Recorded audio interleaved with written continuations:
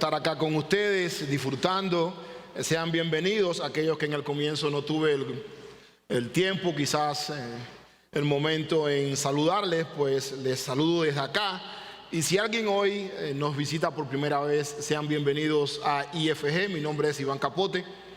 Soy pastor en la iglesia Fuente de Gracia, no de la iglesia Fuente de Gracia. Y por favor, al final quisiera tener el gusto de poder saludarles a cada uno de ustedes y estrecharles mi mano y mi saludo y saber también cómo supo de nosotros y cómo la pasó acá en IFG. Estamos celebrando el tiempo en el que el Señor Jesús resucitó de entre los muertos. El día viernes dimos un culto especial en la mañana en conmemoración a ese tiempo y estuvimos disfrutando sobre las 7 palabras que el Señor Jesús habló ahí estando en la cruz. Hoy queremos disfrutar de ese evento que estoy seguro que llenará tu corazón de gozo, así como el mío. La muerte no lo pudo retener, por eso he titulado el sermón de esta mañana Resurrección, un evento anhelado. Para muchas personas la resurrección sigue siendo un evento muy anhelado. Para otros no es un evento tan anhelado. Creo que todos nosotros de una u otra manera hemos estado en un cementerio, quizás despidiendo a un ser querido, quizás yendo a acompañar a un amigo o a un familiar cercano que está despidiendo a su ser querido. Y cuando vamos atravesando por el cementerio vemos muchas tumbas y muchas cosas que de una u otra forma no nos dejan de impresionar. Nombres, edades, como por ejemplo el niño, el joven que falleció, la mamá que dejó huérfanos a sus hijos, el padre que siendo joven no pudo ver a sus hijos en un accidente, pues terminó. El caso es que estamos conscientes de que todos están allí. Quizás ya han pasado por el proceso de descomposición y prácticamente ya no quedan mucho de sus restos, pero estamos conscientes que de allí ellos no han salido. Cuando vemos quizás la tumba o el panteón de los grandes héroes científicos, personas que han aportado al desarrollo de la sociedad, siempre esto nos asombra y de una u otra manera lo vemos y vemos que ellos están allí con sus nombres flamantes, sean presidentes, historiadores, monjes, por ejemplo, personas de renombre, científicos, en fin, hemos visto y somos testigos de una u otra forma que allí ellos descansan en paz, como dice muchas lápidas. Sin embargo, en la tumba de nuestro Señor Jesús hay algo peculiar que no existe en ninguna de las tumbas. No se le pudo poner una lápida. Aquí yace aquel hombre que predicó el evangelio. Aquí murió un hombre que cambió el mundo, dejó 12 discípulos y esos 12 discípulos transformaron el mundo. En la tumba de nuestro Señor Jesús no existe lápida alguna. En otras palabras, no existe un epitafio. ¿Por qué no existe un epitafio? Muy sencillo, porque Él no está allí. El epitafio no es para los que no están en las tumbas. El epitafio es para aquellos que están allí. Todos de una u otra manera se nos pondrá un epitafio, pero al Señor Jesús no le pusieron ningún epitafio porque Él resucitó de entre los muertos. De manera que mientras que la tumba de Cristo, a diferencia de las otras que son famosas por lo que contienen, la tumba de Cristo es famosa por lo que no contiene su cuerpo. Por lo tanto, existe una gran realidad y es que el ser humano está consciente de que morirá y le pondrán un epitafio. Ya yo tengo mi epitafio, mis hijos saben qué deben poner para que me recuerden. Pero nos preocupamos más por no morir que por desear resucitar con Cristo. Y esa es otra de las grandes diferencias que nosotros tenemos con Cristo. Cristo deseaba la cruz, fue obediente hasta ese día. Él sabía que iba a morir. Y esta es una de las tantas preocupaciones que el apóstol Pablo trata en la iglesia a los Corintios. Los corintios, a pesar de tantos problemas que le habían dado al apóstol Pablo, de los tantos, muchos, valga redundancia, pecados que ellos tenían algo peculiar. Tenían un problema con la resurrección. Su temor está que la iglesia no anhelara este evento esperado y que se comportaran como personas que de una u otra manera nunca fueran a resucitar. El apóstol Pablo les dice que su predicación se basa en ese evento anhelado, en ese evento que él no solamente disfrutó cuando fue camino a Damasco persiguiendo a esa iglesia, la cual Cristo había comprado a precio de sangre. Ese evento se anhelaba en la certeza que él también iba a resucitar. Y miren lo que Pablo le escribe a los corintios en su primera carta, en el capítulo 15, versos del 12 al 20. Algunos de estos versículos el hermano Josué nos lo ministró. Dice así: ahora bien, si se predica a Cristo, que Cristo ha resucitado de entre los muertos, ¿cómo dicen algunos entre vosotros que no hay resurrección de muertos? Si no hay resurrección de muertos, entonces ni siquiera Cristo ha resucitado. Y si Cristo no ha resucitado, vana es entonces nuestra predicación y vana también vuestra fe. Aún más, somos hallados testigos falsos de Dios, porque hemos testificado contra Dios que Él resucitó a Cristo, a quien no resucitó, si en verdad los muertos no resucitan. Pues si los muertos no resucitan, entonces ni siquiera Cristo ha resucitado. Verso 17: y si Cristo no ha resucitado, vuestra fe es falsa, todavía estáis en vuestros pecados. Entonces, también los que han dormido, o sea, los que han muerto en Cristo, han perecido. Si hemos esperado en Cristo para esta vida solamente, somos, escuchen bien este detalle, de todos los hombres los más dignos de lástima. Mas ahora, Cristo ha resucitado de entre los muertos, primicias de los que durmieron o murieron. Para Pablo, la resurrección era lo que lo motivaba a predicar el evangelio sobre el cual descansaba su fe. Por lo tanto, él quiere que la iglesia comprenda que el motivo por el cual él predicaba el evangelio es la resurrección de Cristo. Él pone su fe en que Cristo no solamente resucitó, sino que también lo resucitará a él. Pero, ¿por qué debe ser un evento anhelado para nosotros? Según estos versículos. Para eso debemos comprender que no todos lo van a creer. A lo largo de la historia, este ha sido el evento más fácil de no creer. Lo tengo que decir. Yo no creía la resurrección, porque en el momento que me predicaron, mi papá había fallecido. Yo siempre decía a mi amigo, que era el que me predicaba, que yo creeré en la resurrección cuando Dios devuelva a mi papá.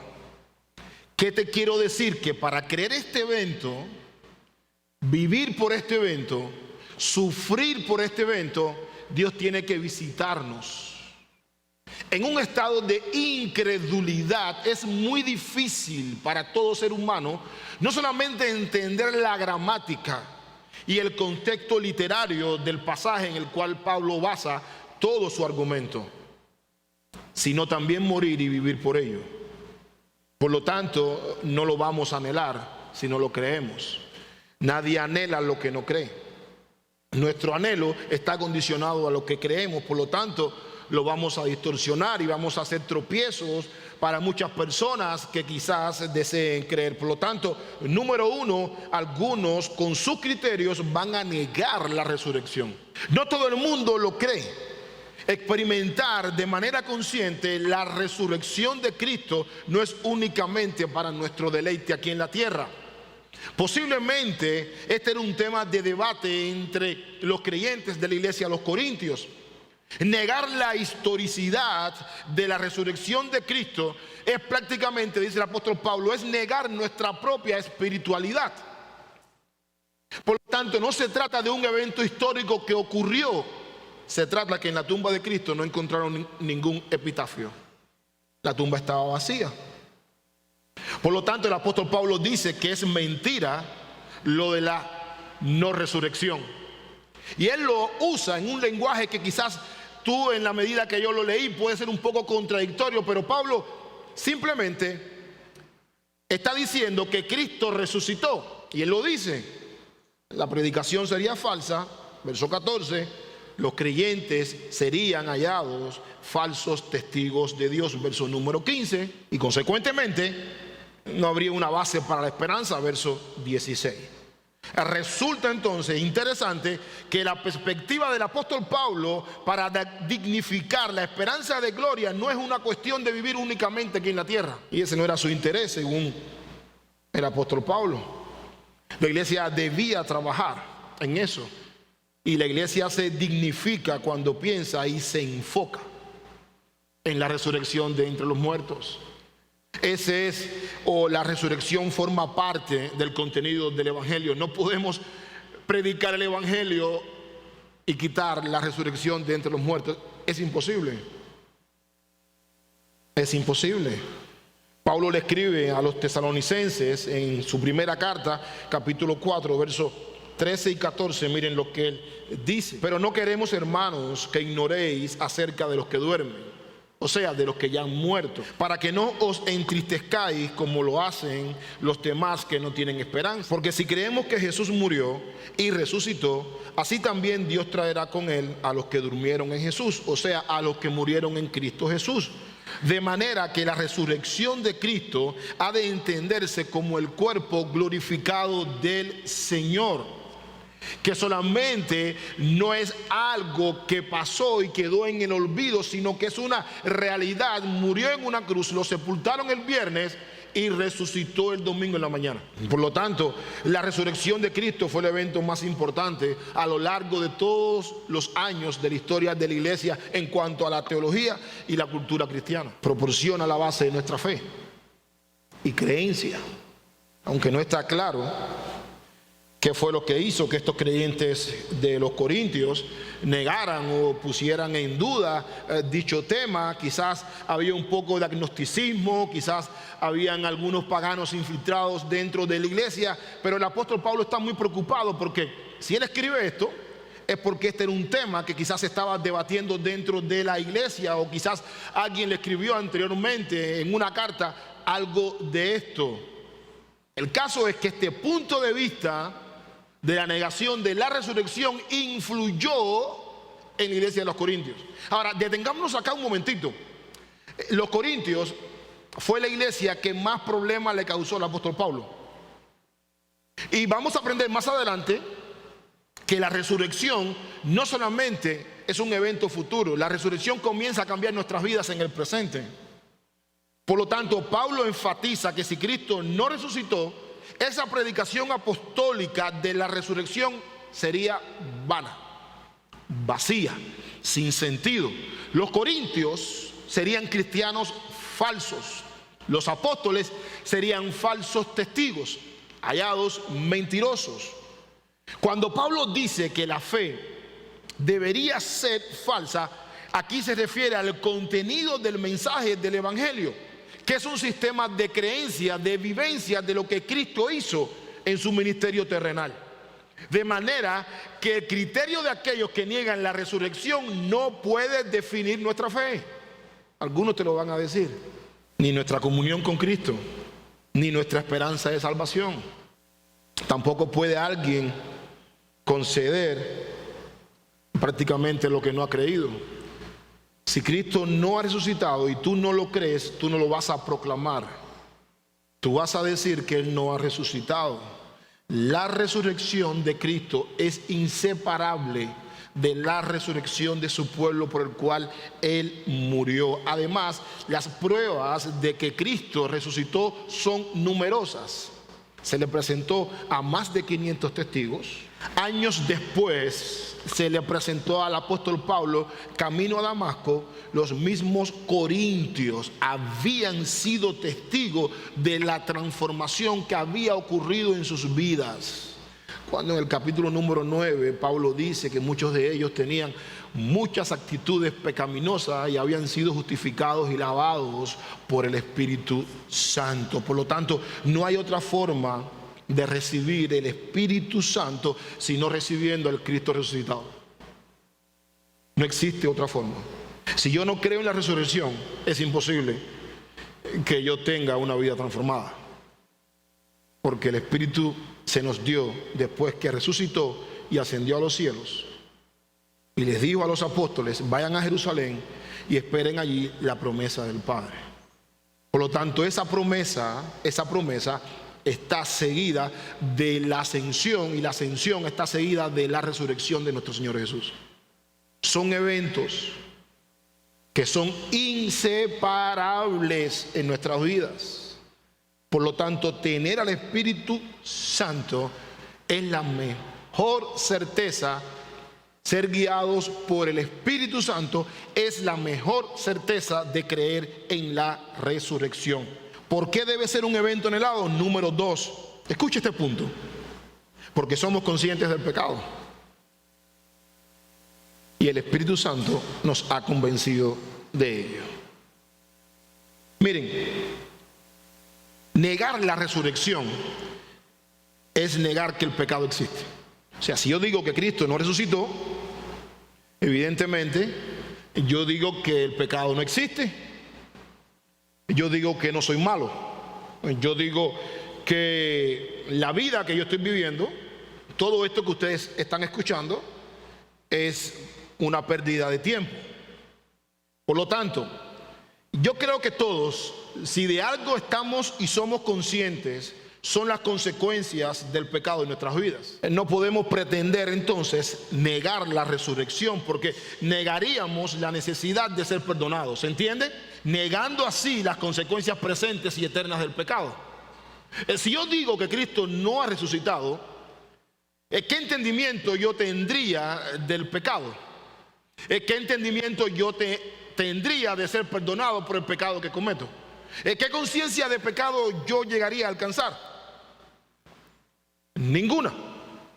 Porque la razón por la cual Cristo murió en la cruz fue por nuestros pecados. Y la razón por la cual resucitó es para que entendiéramos que la muerte ya no nos separará de esa promesa de perdón. Somos perdonados en Cristo Jesús. Por lo tanto, la resurrección de Cristo es esencial para nuestra salvación. Él es el amén de Dios. Y como vimos en una de las palabras de este viernes, Él es el consumado es de Cristo. Si Cristo no resucitó, la muerte entonces no ha sido vencida. ¿Qué esperanza entonces tendríamos para que la conciencia que nosotros tenemos nos dijera que lo que estamos haciendo está mal? Es imposible. Yo creo que ¿qué remedio entonces tiene mi vida? ¿Qué remedio yo puedo buscar para tratar de enmendar los errores? ¿Saben por qué? Porque todos hemos pecado. Todos en algún momento de nuestras vidas hemos ofendido a alguien. Pero aún más, yo creo que todos en algún momento de nuestras vidas hemos hecho sufrir a alguien. Todos en algún momento de nuestras vidas hemos ofendido y desobedecido a alguien. Entonces, mi pregunta es, ¿quién nos puede perdonar de ese daño? A nosotros nos cuesta perdonar. Perdonamos con condición. Ese Cristo que resucitó nos perdona sin condición alguna. Nosotros condicionamos hasta las amistades. Cuanto más el perdón y las ofensas, que hiere nuestro ego muchas veces. Él nos perdonó. Y esa conciencia de perdón no la podemos separar de la resurrección. Miren lo que Pablo le escribe a los Corintios ya en su segunda carta, en el capítulo 5, versos 14 y 15. Pues el amor de Cristo nos apremia, nos constriñe, otra traducción que es sinónimo. Habiendo llegado a esta conclusión, miren lo que dice el apóstol Pablo: que uno murió por todos, por consiguiente todos murieron, y por todos murió, para que los que viven ya no vivan para sí, sino para aquel que murió y ¿qué? Y resucitó. ¿Por quién? Por ellos. Cristo resucitó por mí. Entender eso me ayuda a no vivir para mí.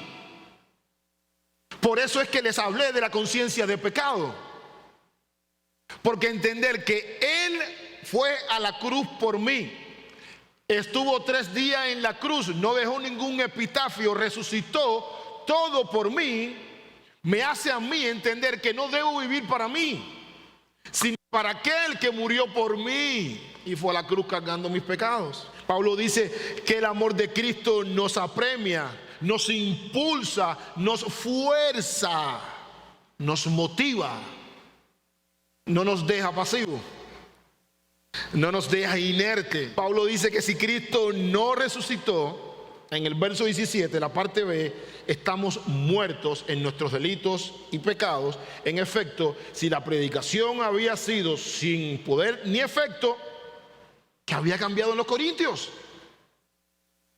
Entonces nada ha cambiado en nosotros.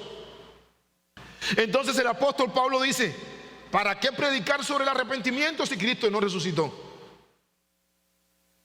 ¿Para qué darles esperanza a los matrimonios quebrados por el pecado como la infidelidad? Entonces, ¿por qué la infidelidad, la traición, produce tanta tristeza si el pecado no existe? ¿Por qué? ¿Saben qué pasa? Que la respuesta a todos estos problemas emocionales, las consecuencias del pecado, todo descansa en la resurrección. La resurrección es la respuesta a todo esto y mucho más, porque Cristo vino para perdonar nuestros pecados, resucitó para que entendiéramos que el perdón ya fue logrado en la cruz. Él no nos perdona 2 veces. Mira, entiende este punto muy esencial, porque a veces las personas piensan que Cristo te sube al libro de la vida y en la primera falta que tú cometes, Él te borra otra vez.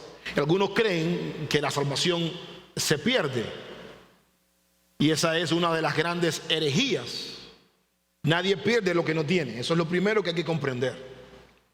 Si tú no tienes $1.000.000, tú no puedes salir por ahí diciendo que tú has perdido $1.000.000 porque tú no los tienes. A los que Cristo salvó y murió por ellos, esos no pierden la salvación. Pero mira qué gran detalle. Él que salvó, sabiendo quién tú eras, sabiendo lo que tú ibas a hacer en el presente, pero sabiendo lo que tú ibas a hacer después de recibirle a Él.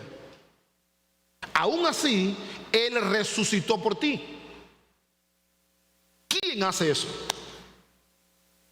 ¿Quién es capaz de morir sabiendo que un Pedro lo iba a traicionar?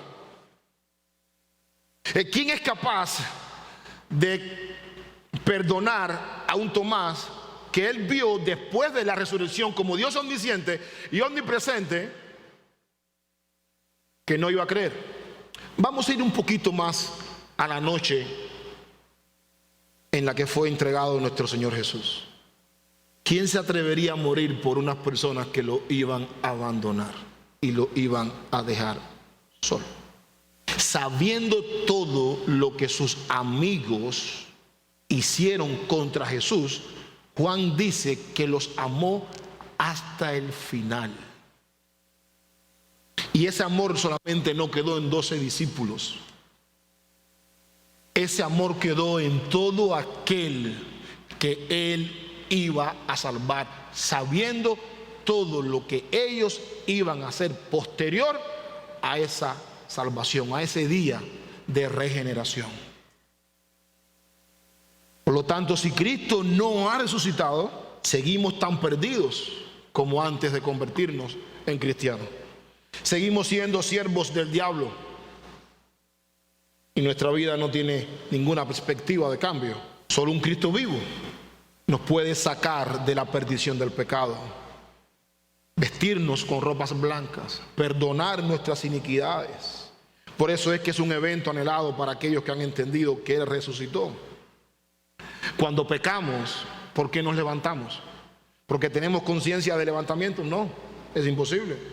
Antes pecábamos y tratábamos de enmendar más la situación con más pecado. Hoy no. Hoy sentimos tristeza. Hoy lloramos.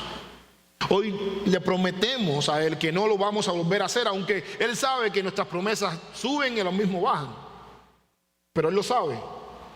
Y Él no condiciona ese amor ni esa fidelidad a tus promesas, porque son inciertas para nosotros. Cristo es fiel no en base a lo que nosotros le prometemos a Él, porque somos infieles. Cristo es fiel en base a su fidelidad. Tú y yo no tenemos nada que ver con eso. Tú y yo no somos personas que Cristo dice: wow, qué bueno, mira lo bien que se portó Iván. Wow, mira qué promesa tan linda está haciendo Iván. Como diría uno de los puritanos, a veces tenemos que pedir perdón aún por la oración de perdón que estamos haciendo. Señor, perdóname por pedirte perdón de la forma que te estoy pidiendo perdón.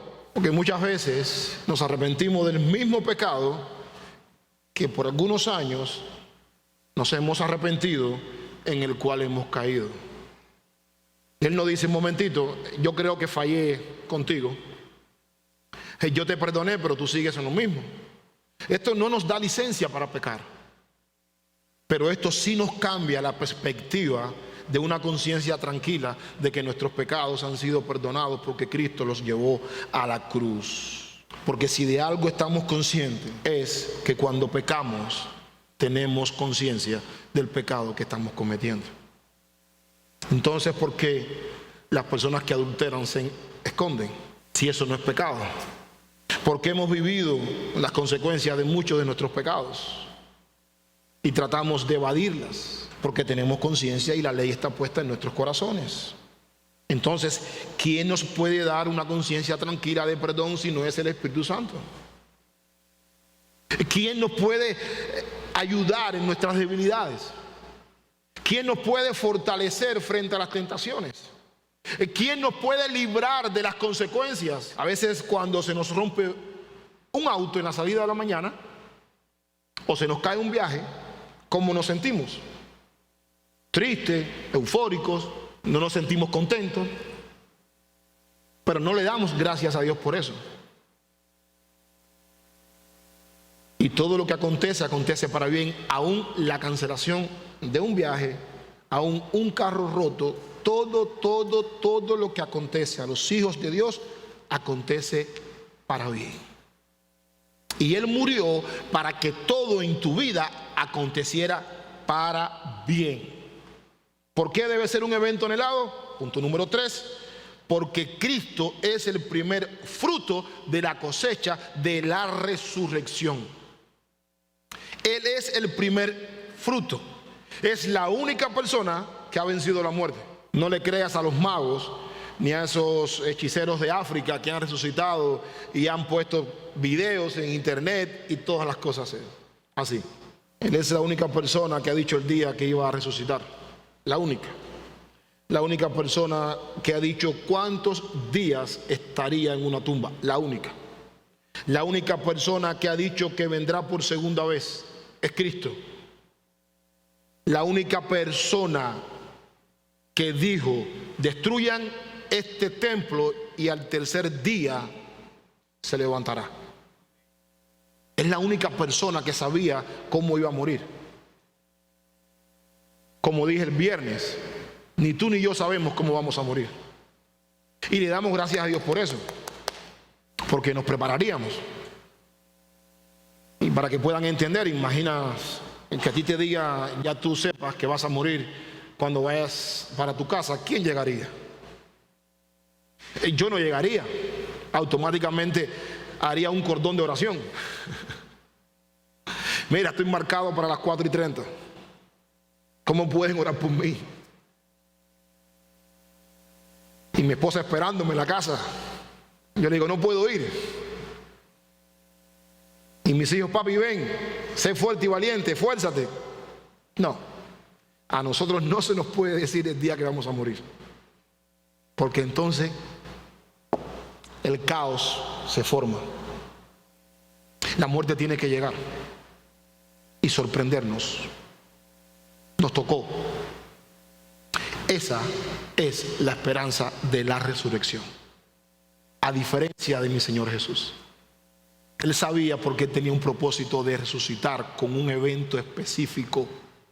Tú y yo no. Tú y yo nos beneficiamos de lo que Él sabía que iba a acontecer. Él iba a morir, iba a resucitar para darnos vida. Tú y yo no. Ni a ti ni a mí se nos puede decir la fecha, ni la hora, ni cómo. Sí, yo quisiera que fuera de un infarto, yo quisiera que ser traspuesto como Enoc, yo quisiera tantos tipos de muerte, pero estoy seguro que no sé cómo es. Lo que sí te puedo garantizar, como le dije a los hermanos el viernes, que eso viene en camino. Y que cada día más yo me acerco a ese día de partida. Porque tampoco puedo frenar el tiempo para que eso no acontezca.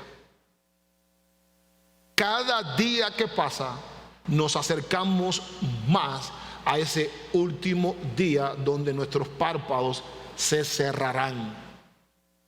No pienses que no es así. Miren lo que Pablo dice en los versículos 18 y 20 de primera carta a los Corintios, capítulo número 15. Entonces también los que han dormido en Cristo han perecido. Si hemos esperado en Cristo para esta vida solamente, somos de todos los hombres los más dignos de lástima. Mas ahora Cristo ha resucitado de entre los muertos, primicias de los que durmieron. Los cristianos, si no creen que Cristo ha resucitado, tú te imaginas este lenguaje paulino. De todos los hombres que existen en la tierra, nosotros deberíamos ser las personas por las cuales las personas, deberían tener más lástima. Yo creo que todos nosotros en un momento u otro hemos pasado por un semáforo, ¿no es así? Y hemos visto a un joven cómo la droga lo tiene. ¿Cómo nos sentimos al ver que nuestros hijos no están en esa condición? Sentimos lástima, sentimos pena, ¿no es así? Escucha esto que es muy importante. Pablo dice que si Cristo no ha resucitado, se nos tiene que tener más lástima que a esas personas. Porque Él dice acá, espero que tú lo entiendas, somos los más dignos de lástima. Pueden haber muchos eventos que dan lástima.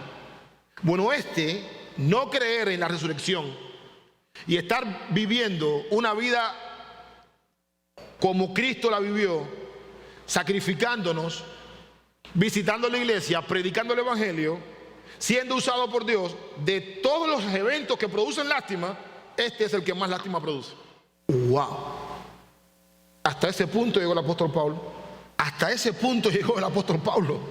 Pablo dice, es imposible porque la base de nuestra fe es la resurrección. Pablo dice entonces, ¿para qué seguir viviendo? ¿Para qué seguir viviendo de la manera que se nos pide que vivamos si Cristo no resucitó? Cuando venimos a la iglesia, salimos exhortados. Nos sentimos animados a volver el domingo que viene. Hablamos de los cambios que está haciendo el Espíritu Santo en nuestras vidas. Seguramente ustedes lo hacen. Nos damos cuenta de que podemos servir porque tenemos dones y talentos. Ayudamos a que la obra crezca y más personas sientan lo que nosotros estamos sintiendo. Llegamos a la conclusión que todo mal que existe hoy en día y todo sufrimiento es la causa única del pecado. Si hacemos todo esto, Pablo dice, y no hay resurrección, somos dignos de lástima. Mira, te lo pongo un poquito más sencillo porque hoy mientras me estaba bañando estaba repredicando. Te lo pongo un poquito más sencillo. Yo creo que todos en algún momento de nuestras vidas compartimos los deleites carnales que nosotros vivíamos en el mundo. Oye, ayer fui para acá, la fiesta, hicimos esto, hicimos lo otro. Aún en Cristo, muchas veces somos tentados a esos placeres. Somos tentados. Somos tentados a cambiar un domingo en la iglesia por un domingo en playas o en salinas. Somos tentados y a veces accedemos a la tentación. Pablo dice, ¿para qué tú te vas a sacrificar si Cristo no ha resucitado? ¿Para qué tú vas a crucificar la carne? ¿Para qué tú quieres vivir una vida que prácticamente no te va a producir ningún beneficio en la eternidad ni en el futuro? ¿Para qué tú vas a decir un amén y te vas a esforzar por decir lo que el Espíritu Santo puso en tu conciencia que está mal? Total, si la mentira y la verdad no tienen relevancia ninguna. Vive la vida. Si de todas formas Cristo no ha resucitado. Hasta ese punto llega el apóstol Pablo. Él les había dicho a los corintios que todo el sufrimiento que él había vivido era porque Cristo resucitó y se le apareció a él. No se puede decir que Cristo resucitó y que los creyentes no van a resucitar.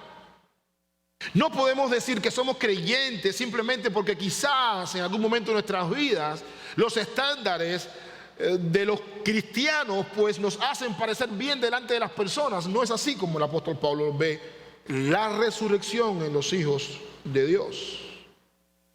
Si esperamos en Cristo, en esta vida, dice él, esta vida, este presente, este mundo presente, que muchas veces tenemos que renunciar a los deleites de la carne, somos los más dignos de lástima que existen en el mundo.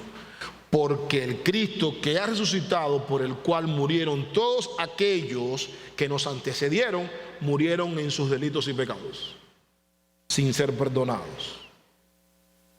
Aún aquellos del Antiguo Testamento que murieron por ver la esperanza cumplida, como bien describe Hebreos. Todos ellos murieron esperando a ese Cristo.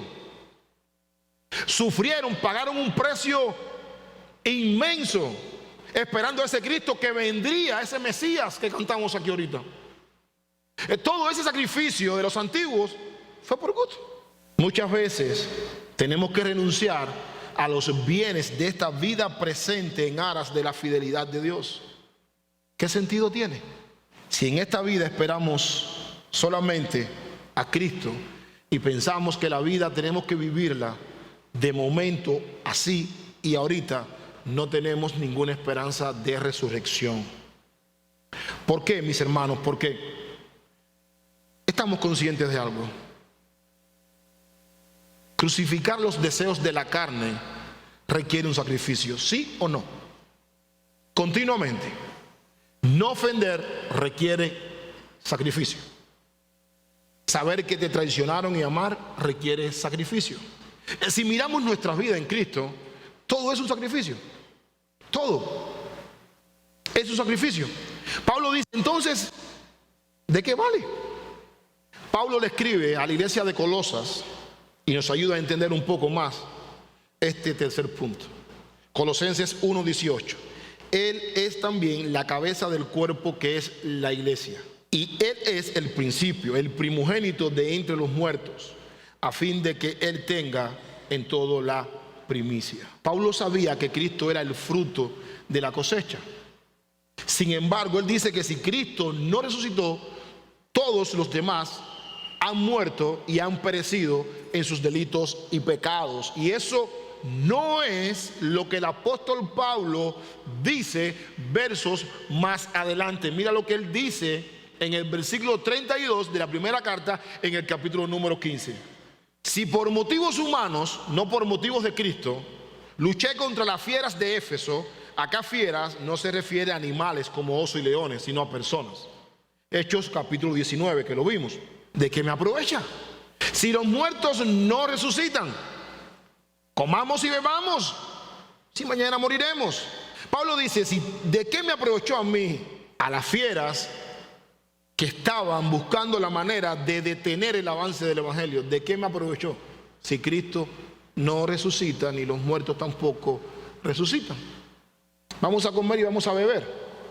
El verso 33 y 34, si tú lo tienes ahí, dice más abajo: las malas compañías corrompen las buenas costumbres. Y en el 34 dice: no, cuidado, no anden como las personas que no conocen a Dios. Lo que quiere decir, difícilmente que una persona que tenga el conocimiento de Dios en cuanto a la resurrección llegue a vivir de esa manera. Comamos y bebamos. ¿Saben por qué? Porque la cosmovisión que tú tienes sobre la resurrección es definida por tu presente. Te lo explico un poquito más sencillo para que lo puedas entender. No hay que salir afuera para saber que está lloviendo.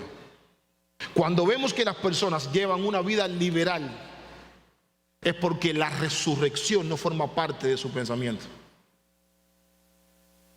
Es lo que Pablo quiere decir acá. Porque todos sabemos, por las Escrituras, que nos espera un juicio.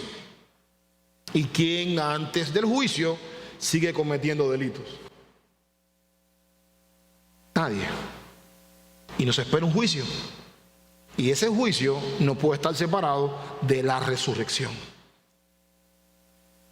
La liberalidad en la carne, los deseos mundanos de comer, beber, de la fiesta, todo eso está precedido por un mal entendimiento de la resurrección.